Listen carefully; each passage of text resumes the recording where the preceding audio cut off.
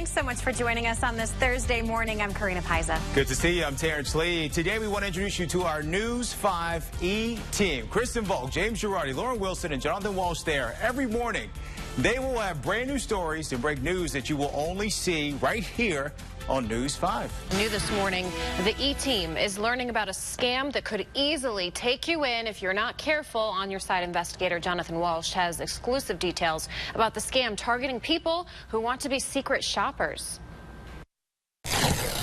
There was a big surprise right in this very envelope for Terry Jones. But after reading this letter, the red flags started popping up. Terry signed up on a few websites because she wanted to be a secret shopper or mystery shopper. Shortly afterwards, she got a big check, nearly $3,000. The letter told her to deposit that check into her own bank account. Then, as a quote-unquote secret shopper, she would test money wiring systems. The letter told her to go to one Walmart and send $1,200+ to someone in Houston, Texas, then go to a different Walmart and send another $1,200 some odd to a person in Dallas. The problem is, even though there's a real-looking logo from a real credit union on that check, it's fake.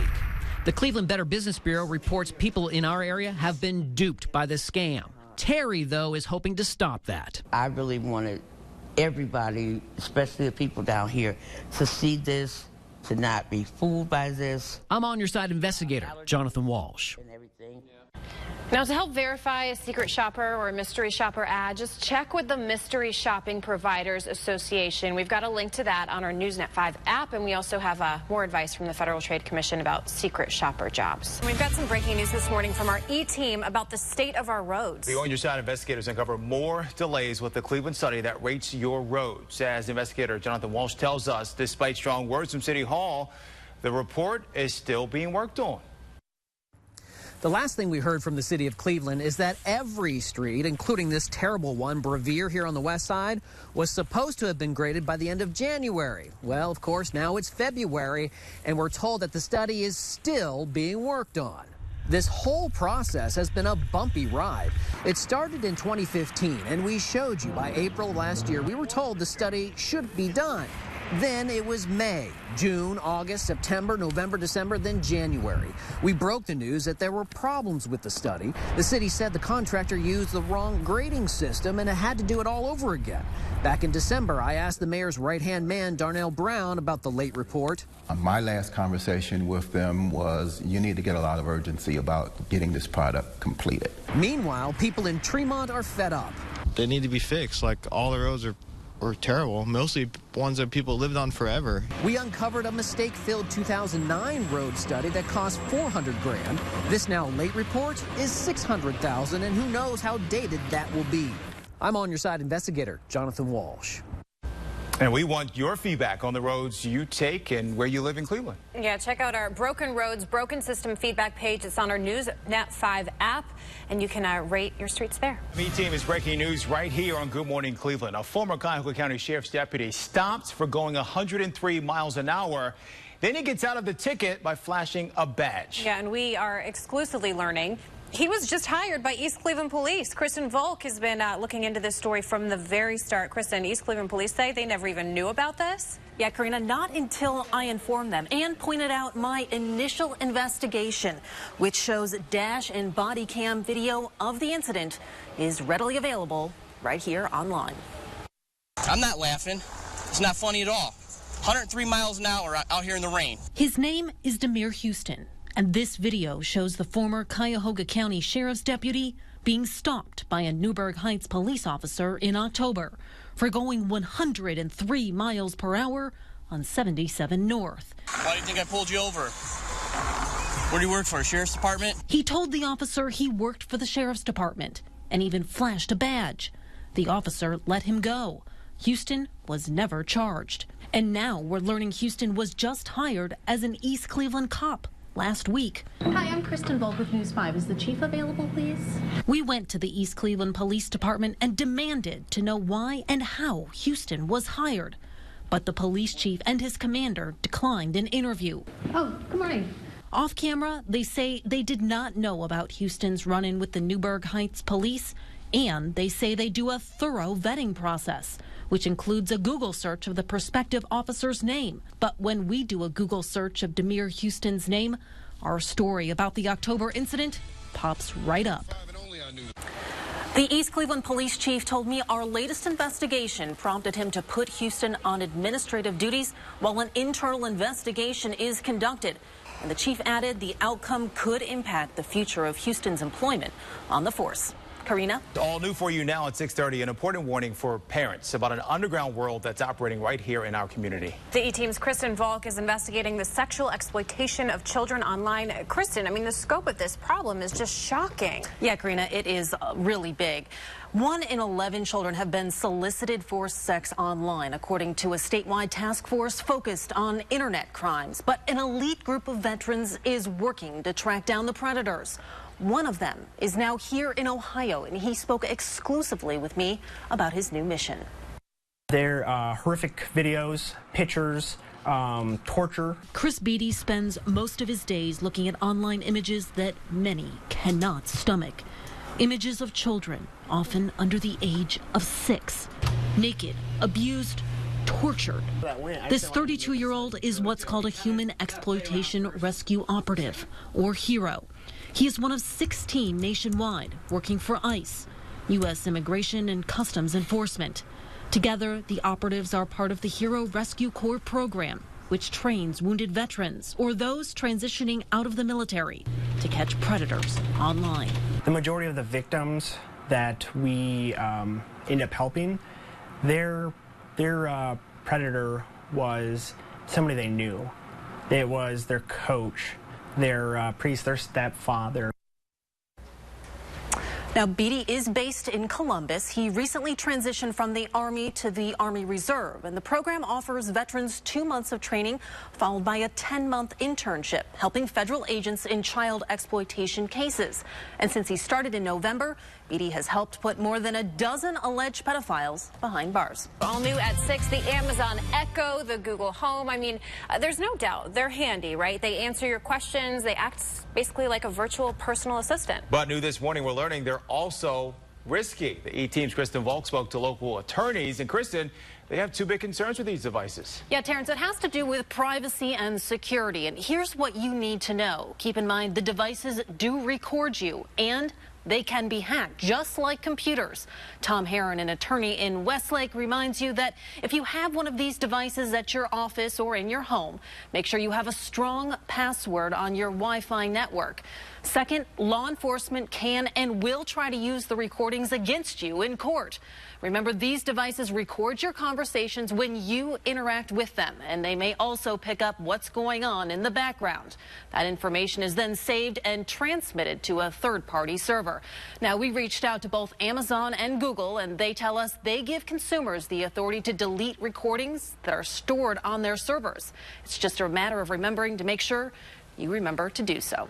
Kristen Volk, News 5. 5:47 now. You know, if you've not been watching Good Morning Cleveland for a while, you might have missed the E-Team. They're up early bringing you stories to help you plan your day or even your overnight. So get ready for a feast for your eyes, a full moon, an eclipse, and a comet. Our E-Team's James Girardi is here with the best times to see this rare sight. Good morning, James. Good morning, JD. I know a lot of astronomers, stargazers are excited to see this. Meteorologists, maybe. I spoke to an astronomer, so you'll know when to go outside and look up at the sky. Tonight there will be a full moon. It's appropriately named the snow moon. Because of that, there will be a lunar eclipse as well. And to top it all off, there will be a comet visible as well. The combination of being able to see all 3 of those without a powerful telescope in the same night, it's pretty rare.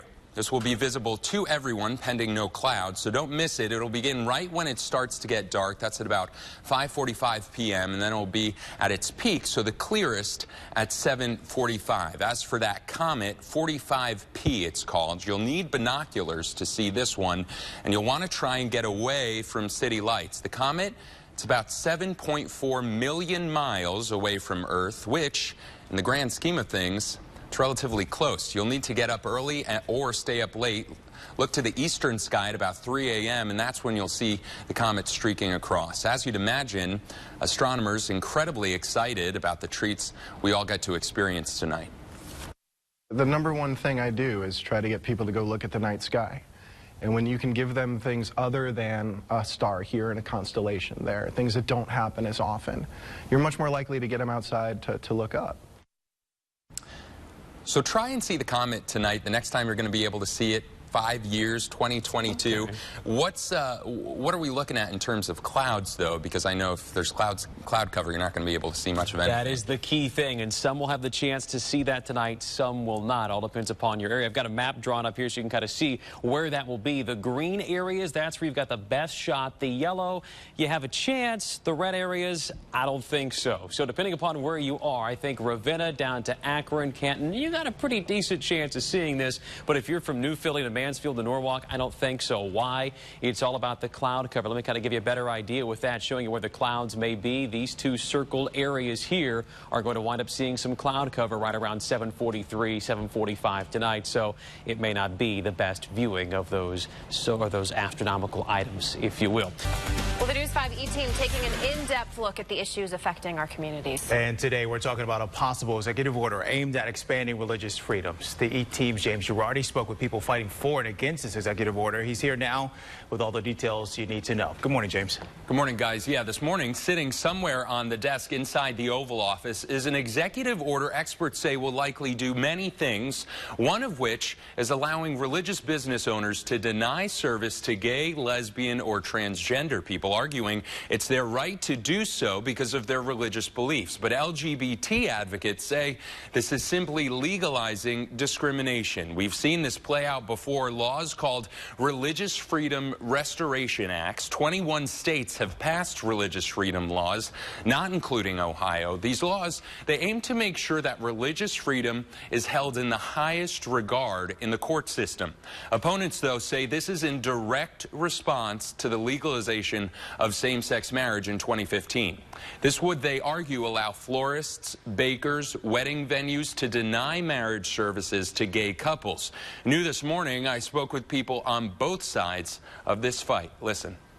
The court, in a 5-4 decision in enacting legalization of homosexual marriage, tying it to the 14th Amendment, presents a clear and present danger to religious liberty to churches all across the country. But they should not be able to then use those beliefs to somehow harm another person. First Amendment protections are a shield, and laws like the RFRAs that are being proposed or this potential executive order are trying to turn those into a sword to say I can use my beliefs to somehow actually harm you. That's not okay. So you may remember this became national news in 2015 when Indiana and then Governor Mike Pence signed that state's RFRA bill into law. Indiana lost millions of dollars in tourism revenue, and the NCAA even threatened to pull the Final Four from Indianapolis. The General Assembly wound up changing the law to explicitly say that it will not permit discrimination.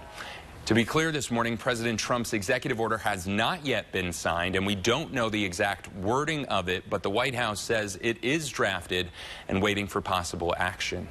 Live in the studio, I'm James Girardi, News 5.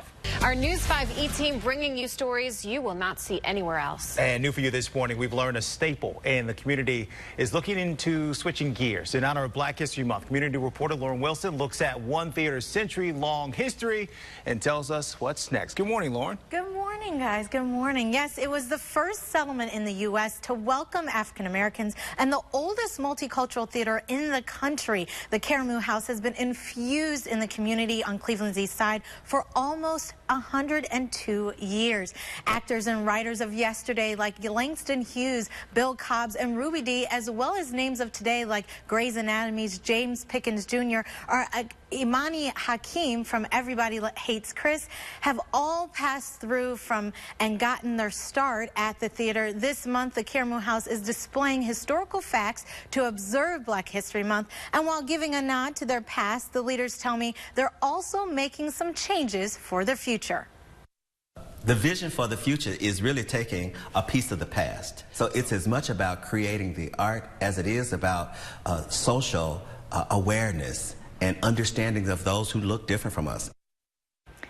The theater renovations are set to be completed by this October. Their first production, embracing the new motto of diversity, starts this spring with their production, You Can't Take It With You.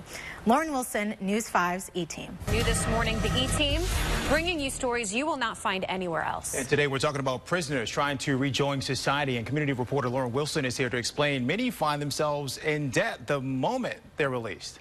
That's right. Absolutely. Good morning, guys, by the way, to you. You know, it's something you don't hear about often. Prisoners racking up tens of thousands in fees. And critics I spoke with tell me many times these prisoners see two choices: ending up on welfare and being supported by taxpayers, or returning to their lives of crime. Now, here are some of the types of charges these prisoners accumulate: fees to government agencies if there had been an investigation, fees to police in each municipality involved in investigating the crime, fees to attorneys, and experts tell me the biggest hurdle for most is child support. The amount all depends on a person's case. For someone like Willie Brown Jr. was in and out of jail starting at age 17, and he had $5,000 to pay back before being released 3 years ago. And all along the way, I didn't realize I'm accumulating all these unpaid fines. It's like being stuck on a merry-go-round. Now, a local advocacy group with Lutheran Metropolitan Ministries here in Cleveland is looking into possible solutions on this topic to present to Governor Kasich sometime later this year. Lauren Wilson, News 5's E-Team. President Trump's travel ban still blocked. An appeals court refusing to reinstate it. The ruling paves the way for refugee families arriving in Cleveland today. News 5's Sarah Finney is live at Hopkins Airport for us this morning. And Sarah, those families arrive in just a few hours.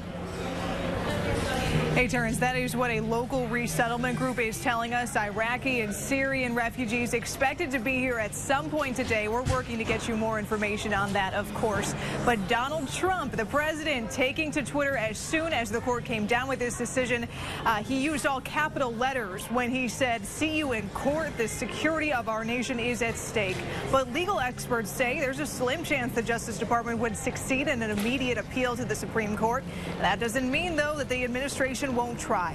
For now, refugees and people from 7 majority Muslim countries can continue to come to the U.S. Meanwhile, Akron's North Hill neighborhood is getting national attention for the number of immigrants and refugees who have settled there. A CNN Money article cites a study showing between 2007 and 2013, Akron's foreign-born population rose by 30%. Mayor Dan Horrigan quoted in the article saying those people are helping the city by sending their kids to school, buying houses, and paying taxes. He believes some of Trump's views on immigration are wrong. And it's actually a pretty interesting article. I tweeted out a link to it as well as Terrence. My Twitter account is at SarahFinneyTV if you want to read it. Live at Hopkins, Sarah Finney, News 5. All right, Sarah, thank you. The E-Team going in depth on the travel ban. President Trump argues a current vetting for refugees doesn't go far enough. So we wanted to know just how strict the rules are. New this morning, Kristen Volk spoke with the local immigration attorney to get an in-depth look at how refugees are screened when they come to the U.S.